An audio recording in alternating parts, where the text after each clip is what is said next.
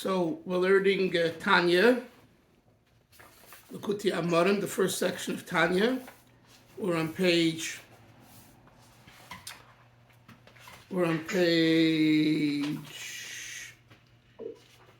Zion. We're actually at the bottom, the last word on page 12. Uvezeh Yuvan. Just to bring us up to date again, the Alter Rebbe just finished at length sharing a mashal, a parable, to understand where the neshama comes from. The mashal is of a fetus who comes from the brain of the father. I'm repeating what it says in the Tanya. And through the gestation period in the mother's womb, it forms not only the brain of the fetus, but also the entire body, including the nails of the fetus. And the nails, as unlively as they are there. How are they there? They're there, the Alter Rebbe says, because of the father's brain, because of the child's brain, which comes from the father's brain.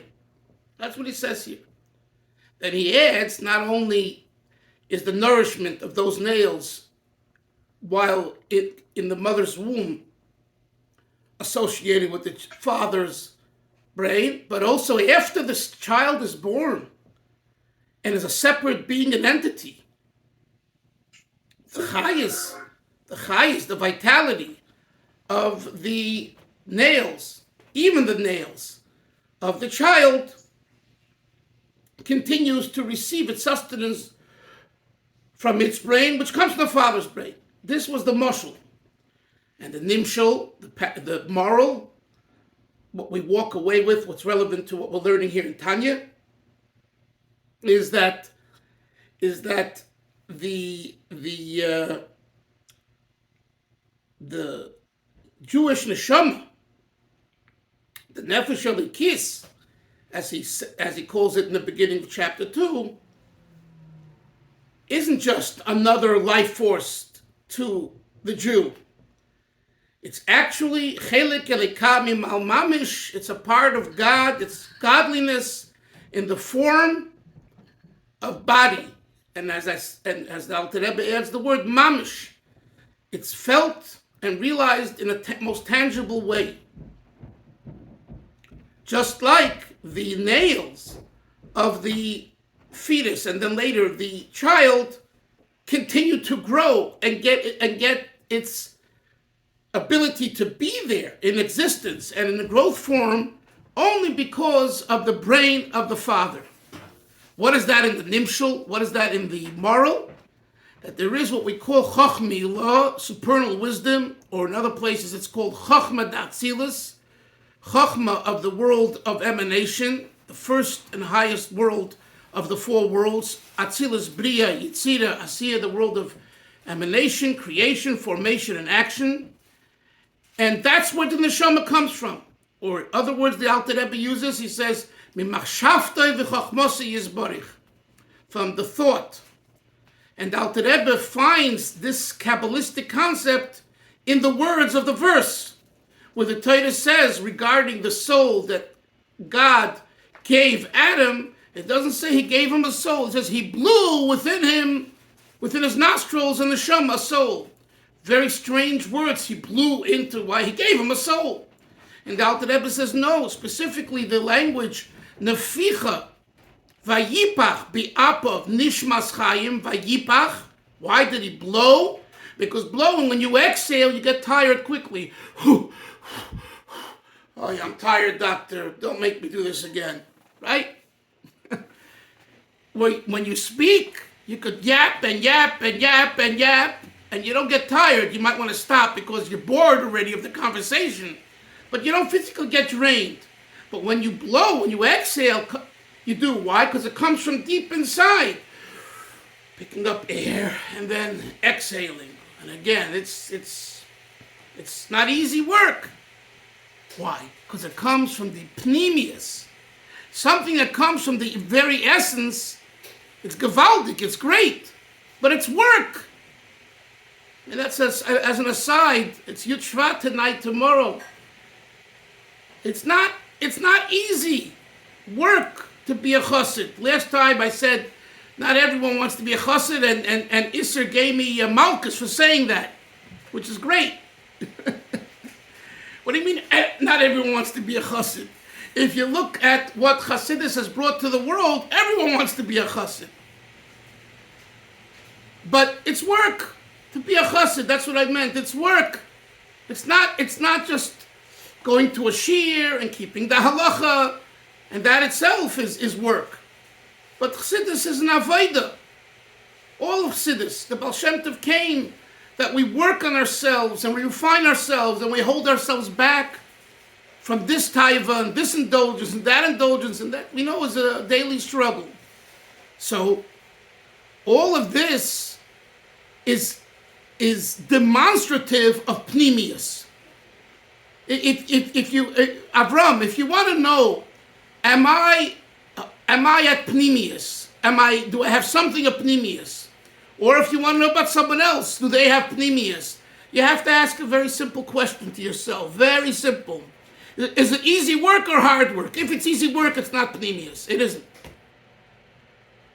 Because I remind you what we learned on the other page, on page Vav, the Alter Rebbe says in the first chapter, even the midas taivos, the good midos, within a Jew, if they come by nature, they're klippa. They're not sholosh klippas atmeis. They're not completely defiled and terrible, but it ain't great. It's klippa. Klippas noiga.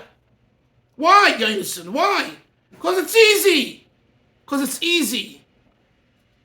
Chassidim, Avram, this is 101 in Chassidic Judaism. Anything that's easy, run the other way and run far away. Don't look for the easy way out. Yes, Yonason. It's natural. Anything that's natural is within the animals, real. Right. Okay, but I think the whole idea is to get beyond nature. I understand, but I think in our world today, the word easy is something that people relate to. You don't have to be a learned person. Is it easy or not? In other words, we want to make money the easy way. We want to know how to learn the easy way, right? 101 press art scroll, English translation, Yiddish translation, and all that. You know how hard it was for Yonason. They call it the nice and big easy. The nice and big easy. Avram, you know how hard it was for Yonason to learn a piece of Gemara when he came to Morristown? Ask him. It wasn't easy. I remember how those guys learned.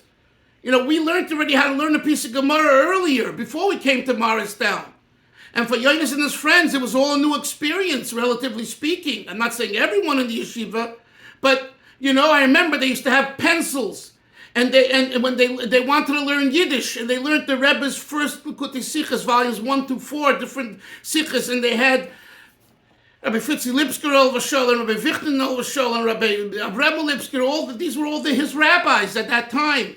And I remember seeing these older individuals. They were all older than my friends and I, and more learned in academic fields than we were. We were yeshiva bachurim, But they didn't have that training, and they struggled, and it was so wonderful, really, to see. I remember like now how they had, translations of books in English with the words, and they had a pencil and a pen, and they made notes, and they wrote in the Gemara, and that's how they learned the piece of Gemara. And I think Rabbi Fritzi Lipsker in particular, am I right, Yonason? He was very, very good in teaching Gemara, am I right? Yeah, very good. Yeah. I remember my Tanya, my first page of my Tanya was covered in black. Pencil. Right. What happened was when the words repeated themselves, they became less and less. Right. But that's my point. It wasn't easy. It was not easy at all. But that's what made them. That's what made them not just become frum and Lubavitchers. It gave them an understanding what Torah is and what we're looking for, what's important in life. So the Alter Rebbe, let's go back to what we're learning here. The Alter Rebbe says that this is what the Avodah of a Yid is. Therefore, in connection to what we're learning now, the essence of the neshama that the Alter Rebbe talks about, similar to the father and son relationship, the ben with the tzipornayim, it comes from the essence. And anything that comes from the essence is most special and significant. And therefore, he concludes at least this section of chapter 2, everyone should know, we should know, that our neshama, every single yid, religious or not religious, etc., etc., every neshama of a Jew, the neshama of a yid comes from Pnimius. Understandably, sometimes the neshama goes for a hiatus and takes a vacation and gets dust on it, and there's challenges. We understand that because we're normal people, right? So the Alter Rebbe doesn't address that here. He addresses that later on in chapters 18 and 19 in Tanya. But here, he lays the groundwork right from the very beginning. This is chapter 2. It's the very beginning of the foundation of Tanya and Chassidus. He says, you should know, every Yid has this neshama. You can't say that a Jew that's a self-hating Jew, or a Jew who's anti-Judaism, or a Jew who's totally ignorant, doesn't have a connection to this. That's why the Alter Rebbe says here, he allowed the words, P'chusei the kalsha bekalim. I mentioned this once, but maybe you forgot. I'll mention it again. And if not, it's worth anyway mentioning. I heard once a Taichi, and he said, what does kalsha bekalim mean? Literally means kal, lenient, shebekalim, amongst lenient. Someone who's very, very, doesn't care, but what it says and what's going to be, and but nothing. But I heard the Taich, I think at Melech Tzvibul, Olav Sholem, our Mashpia Maris, and I think I heard it from him. He said, Kal Shebekalim, the Chassidim with Taich, this person is so kal, is so lenient that other Kalim call him a kal. There's gradations in Kalim. Kal Shebekalim. You know how lenient this fellow is, how low he doesn't care, is that other Kalim who are already Kalim, but still they care about something, they say about him, wow, you're even worse than us. You're a Kal Shebekalim. That's a play on the words, okay? It's not the literal meaning. Sagt Alter Rebbe that even a Kal Shebekalim, Upchusei erech, v'amei ha'oretz, in ignoramuses and low lives, they all have this neshama. And they all come from Chochmah of that Tzilus Chochmah Lo, Pnimis Machshavte v'Chochmasi Yisborech. Finished! So you could be the Turikarta, you could be Satmar, you could be Litvish, you could be Chabad. It makes no difference. You can be not religious. You can create fantasies in your own form of Judaism. Whatever, it's all the outer semantics. The truth is, there's one neshama. Yes, Hillel. I just was reviewing some of what we were learning yesterday, and I'm just wondering, what's the function of parentheses in the Tanya? Were those put in by the Balatanya? Were they put in by the redactors later?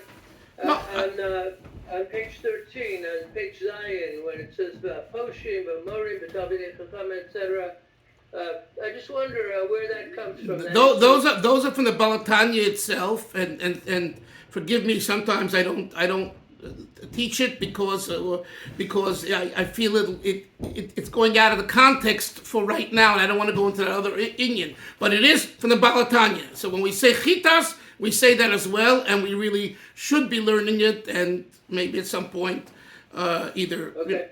But the answer is from the Alter Rebbe. Okay, let's now continue. Okay, thanks. You're welcome. Bottom of 12. Uvezeh Yuvan. Uvezeh Yuvan, and with this thought that we just learned, Alter Rebbe says, we will understand a very important chazal, a very important teaching from our sages. Even Maimer Razal will be understood the teaching of our Rabbeinu Zechreinu Levrocha, our rabbis of blessed memory, the sages, al Pasuk, on the verse in the Torah, Uledofka boy. Hashem instructs us, Uledofka boy, cleave to him. Says the Gemara Chazal, Shekol Hadovik b'Talmidei Chachamim. Whoever cleaves and attaches themselves to Torah scholars, Maile Olav HaKosuv, the Pasuk, the Torah considers it Ki'ilu Nidbak B'Shchina Mamish, as though you are actually connected, Nidbak, glued, and attached to the Shechina. And again, the word Mamish. I don't have the Gemara in front of me, but we should look up at some point. Does the Gemara say the word mamish, or is that an addition of the Alter Rebbe? I don't recall now. But anyway, Chazal say, Avram, we were instructed in the Torah to be mudubak, glued, connected to the Shechina. How? Chazal say a simple thing. Bind yourself, connect yourself to Talmidei Chachamim. Says the Alter Rebbe, this Chazal, this teaching of the rabbis, of the sages, will be better understood based on what we learned. And he explains. Let's go further. Ki al yedei dveika b'Talmidei Chachamim, through being connected to the Torah scholars, Talmidei Chachamim, Kshurais, Nefesh, Ruach, and the Shoma Shel Ami Haaretz, the souls, spirit and soul, the levels of soul, are all of the ignoramuses, are connected, umuyuchados, and united, b'mohusan horishain, v'sharsham shebechochmei lo, with their very original essence and their source in supernal wisdom. And he says, which is, Shehu Yisbarich v'chbasi echad, as we said earlier, God and his wisdom are one, v'hu amad, and he's the knower and the knowledge and all that, etc. Stop. And therefore, when you connect Talmidei Chachamim, we who are the Nefesh Ruach Neshama, our connects to the soul of the tzaddik. So, what is the Alter Rebbe adding here, Hillel? I mean, we have a Chazal. Why? What's not understood with the Chazal that you need the Alter Rebbe's words and explanation? So when you learn this, that's how you're supposed to learn a piece of Tanya. Uveseh yuvan. With this, we will understand. So you have to ask yourself, what's the question? What's not there to understand? That's what Chazal say. It seems to be very straightforward. Then go ahead and do it. From the answer, I believe, and the answer begins with the words Ki al Yedei Dveika b'Talmidei Chachamim, you can understand what was bothering him and what he's adding. And this is why it's a piece of Chassidus, not a piece of Gemara. And what is that?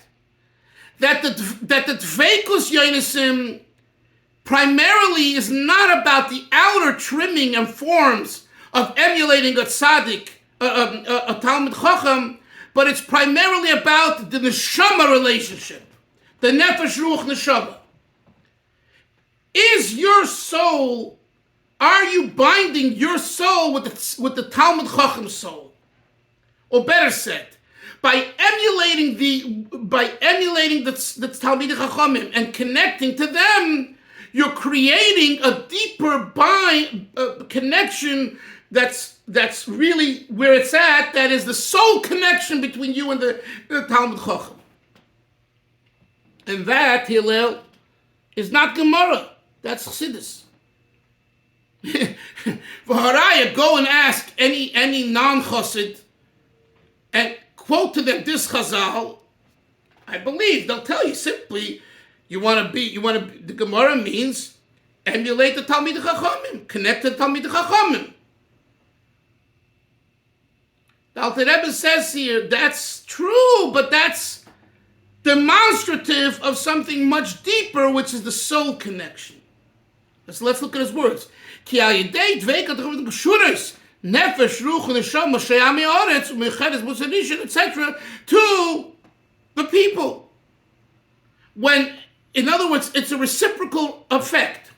When we show the Talmidei Chachamim that we want to be connected to them through giving of our soul to their soul, they reciprocate. And that is godly. That's Shechina. Shechina is not about a technical area, a technicality, right? That's not Shechina. Shechina, it says in Kabbalah, this is Malchus. Malchus is royalty and kingship, right? Regality. When do you have the state of regality of Malchus, of Shechina? When there's a union there.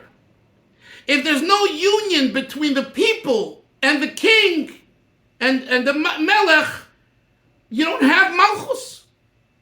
Why? Because he's not interested in them, they're not interested in him. But they pay their taxes, and they greet him when he comes to the city. Very nice. But your heart and soul is not there. The nefesh. Yes, Hillel. I was just wondering, in reading this, if this was one of the sections in which the Baal Tanya got in trouble with the Tsarist government. Like a political kind of appeal. Right. I would have to. Do you know that? Do you know the specific details of those accusations? Is there a tradition of that? There is, but whether this piece of Tanya was one of the pieces that got him to trouble, that when they informed on him, I don't know. Something tells me that it wasn't this. It was another section that I don't. It's not coming to me right now, but I'll think about it, and maybe tomorrow. Writing about that, about what the specific charges were, and what they're... Yes, you can see it online. Just type in Google, probably, interrogation papers of the Baal Tanya, the Alter Rebbe, because they found the documents in Russian, and it's been, I think, translated. So it should exist. Yes. How fascinating. Okay, thank you. Yeah, it is fascinating. So, I know, there were accusations about his davening, and there was accusations that he's funding money to the Turkish government over the Tsar. But this particular, I don't think that this was, this was one of the accusations of the government, but we have to check. But it's good that you made that point. Okay, now let's continue. Now comes the brackets, and now you'll see why it's in brackets. According to what we learned now, Avram, every Jew's soul has an intrinsic connection to the father. The child's nails and even nails are connected to the father's brain. So too, even the ignoramuses and people who are Kalsha B'Kalim are connected. So the Alter Rebbe asks a rhetorical question in the brackets. Listen. Those that rebel, sin, those that transgress, posheya. Umaydim, those that rebel, against the Torah scholars. No, how are they getting the nourishment? They say, we don't care for you. Go somewhere. It seems to contradict what he said before. The Alter Rebbe says, you're right. I have an answer. He says, Yenikas, nefesh, ruach, neshama, shalehem. You know where they get the nourishment? From the backside, achorayim, the acher of the soul of the Talmidei Chachamim. One way or the other, everyone gets the nourishment from the Talmid Chacham's neshama. But there is face to face. Here, I love you, I care for you. Here, I give it to you. And then there is, I don't care for you. I have to pay you for your work. Here, take you $20 and get out of here. Acharayim. So the Alter Rebbe says, it's a very important bracket, Hillel, but since it's not directly related to the text, he puts it in brackets. that everyone, So including... it's kind of, Go ahead. so it's kind of analogous to the hashpah that the nefashos of the goyim get from Hashem directly, Correct. from Acharayim Shel Hashem. Correct. Kind of a parallel. Correct. Okay. Good. And I would say, I like the word you used. I don't know if you had this in mind. It's kind of. There is a difference, but I don't want to go into it. It's not exactly the same. It's kind of. Okay. I'll maybe at some point we should discuss that because I think it's important, but not now. Now comes another rhetorical question. It says over there, the Svarim, the Holy Zayan Zayir Chodesh, Ikir Tolishi Kaddish Atzbei B'Shas Tashbas Dafke. The primary way, the primary soul that a person has, it depends on the sanctification of the parents at the time of the union when he or she was conceived. Mashenke, conversely, B'nai Amaris, children of ignoramuses, so the parents that either not know how you to conduct yourself during union or didn't care, etc. The soul that comes, the child that's born, the boy or girl that's born, and their soul didn't have the sanctification. So what's the implication from this piece of Zohar? That it's not something that comes from God, it comes from the human being, from the mother and father. So what are you telling me? This is the Alter Rebbe's question. What are you telling me? Every neshama comes from the pnimis of Hashem. And even if they rebel, it still comes from the Acharayim, the other side of God. No, over here the parents play a major role in the soul. That's the question, the rhetorical question. And here comes his retort. Hainu is the retort. Hainu, this statement of the Zayar Chodesh, Mishum she'ein lecho nefesh ruach neshama, there isn't no soul. There isn't any soul, she'ein lo levush b'nefesh da'atzmus avavimoi, that doesn't have a garment from the essence of the father and the mother who conceives the child. V'chol ha-mitzvah she'oiseh, and all mitzvahs that this child does, hakol ha-yidei levush, I'll explain in a moment, it comes through that garment, etc. V'afilu ha-shefa she'leisel min ha-shemayim, and even all the influence that he gets from heaven, this child, it all filters through this garment. So therefore, if the parents will sanctify themselves during the time of the union, they will draw down what's called a holy garment to the child, to the son, the child. And Alter Rebbe adds another point. And even if the neshama itself that God sends to the parents, in itself is a very holy neshama, great neshama, it still needs the sanctification of the parents. Avo, but the Alter Rebbe goes back to the position that he explains throughout of chapter 2. He doesn't retreat from it. Avo neshama atzma, not the levush, not the garment. The soul itself, sometimes the neshama of a very great person, will result in having a child that's very despicable. And the other way is true too. There could be parent or parents that are not great in their behavior and their not only religiosity but everything else. And that God gives them a soul, and their child, their son or daughter, becomes one of the greatest people amongst the Jewish people, etc.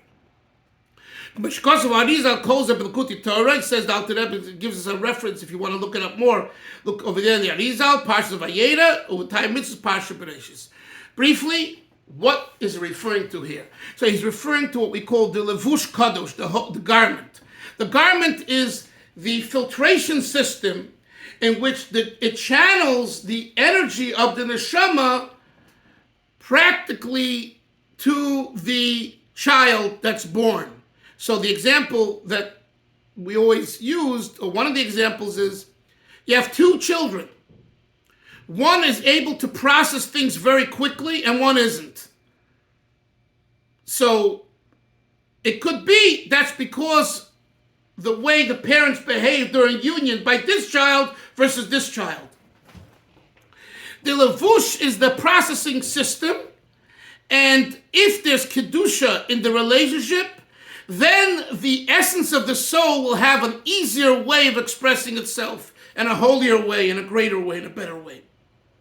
And if not, it doesn't mean it can't happen. It'll take more time. And if you think about this thought, and it's a very, very kind of interesting, and lofty, and mystical thought, it's a fascinating thought. I find it very fascinating. Because you look around, you see how there's some parents that are so special, and yet they have children that aren't, and vice versa. What's going on here? So the answer is that the essence of the neshama, parents have no say in what type of soul your child has. Sorry, us parents. It's too bad. That's what the Arizal says.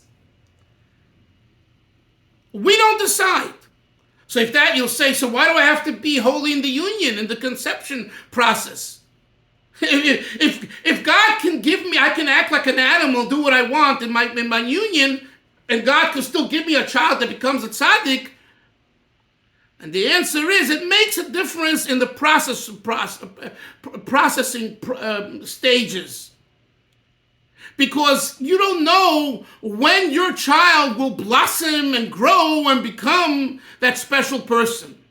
And when you act with kedusha in the relationship, in the conception relationship, the union between husband and wife, man and woman, it causes an easier transition from soul to result.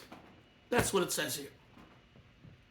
So that's why that's why I say it's Umashakosav B'Zayar is a rhetorical question. In other words, and the Alter Rebbe does not retreat from his position. And it's not his position, it's the position of the Zohar, the Kabbalah, and the Torah, that the neshama of a person isn't us. We do not choose our kids' neshama. We help it flourish and develop by acting like Hashem wants us to act while we're in union. And that's why it's so important. I just want to, Yonason, give me 1 second.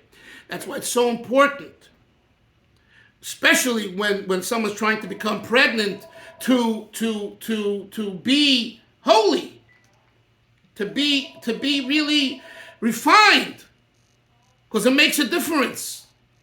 And that's why the suggestion is that when a woman already is conceived and has a fetus, to listen to Yiddish music and Torah and tzedakah. In other words, these things make a difference later when the child is born. It's going to make a difference. Yes, Yonis. Yonis, go ahead.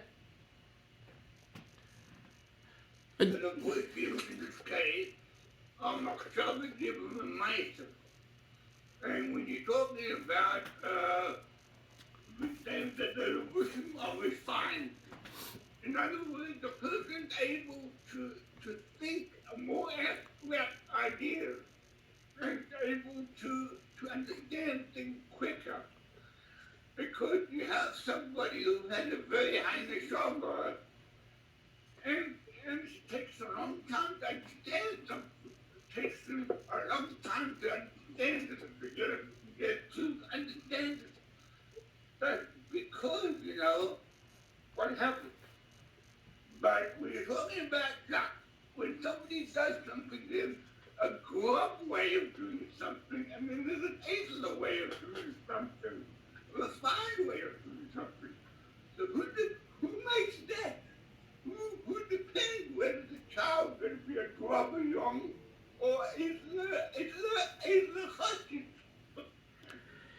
Well, a lot, again, a lot has to do with the parents, the way they behave during the union, the kedusha.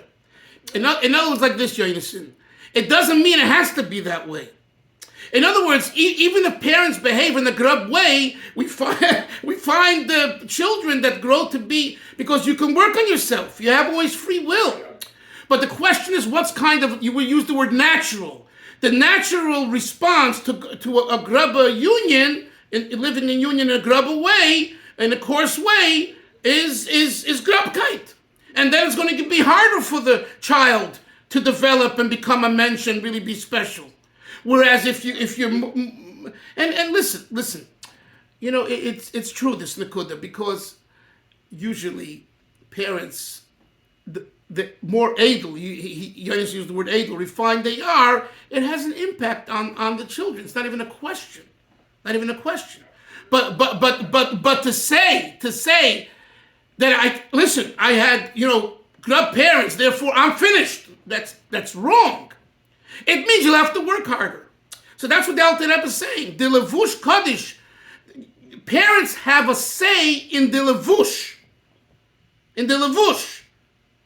And by the way, I just want to clarify, it's not just for intellect. Both Yonis and I refer to understanding. It's not just Yonis, it's a midas too.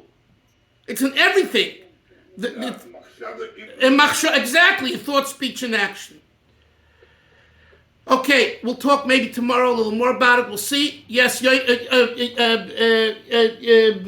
how you doing? All right?